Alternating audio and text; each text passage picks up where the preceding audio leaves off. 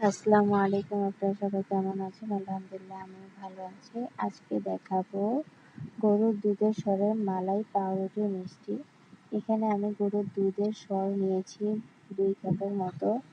দুধের সরটা প্রথমে জাল করে নেব। হালকা গরম হয়ে আসলে দিয়ে দিব জাফরান, গরম পানিতে ভিজিয়ে রেখেছি। যখন রং ছেড়ে দিবে দুধের সরের মধ্যে জাফরান গোলানোটা দিয়ে দিব কর্নফ্লাওয়ার অল্প একটু দিয়ে 2 চামচ পরিমাণ দিয়ে দিব।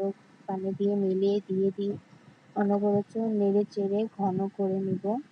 যখন এরকম ঘন হয়ে যাবে তখন দিয়ে দিব 3 চামচের মতো চিনি।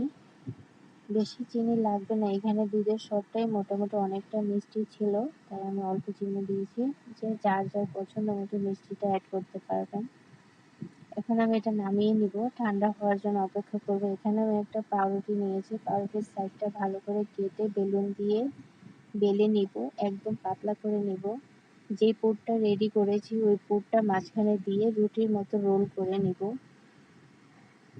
এভাবে আমি সবগুলো বানিয়ে নিব, বানিয়ে এক সাইডে রেখে দিব। এখন বানিয়ে নিব ওটা উপরে দেওয়ার জন্য মালাইটা। এখানে আমি 1 কেজি দুধকে আধা কেজি করে নিয়েছি। দিয়ে দেবো জাফরান গোলানো পানি, বেশ কিছুক্ষণ জাল দিয়ে অল্প পরিমাণে চিনি দিয়ে দিব। চিনিটা দিয়ে ভালো করে নেড়ে চেড়ে মিক্স করে নেব। এটা দিয়ে দিব পাউরুটির উপরে, যেটা আগে থেকে রেডি করে রেখেছি। অল্প অল্প করে দিয়ে দিব।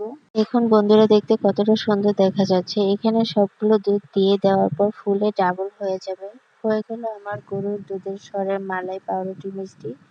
আমার ভিডিওটা ভালো লাগলে লাইক, কমেন্ট, শেয়ার দিয়ে পাশে থাকবেন। আল্লাহ হাফেজ।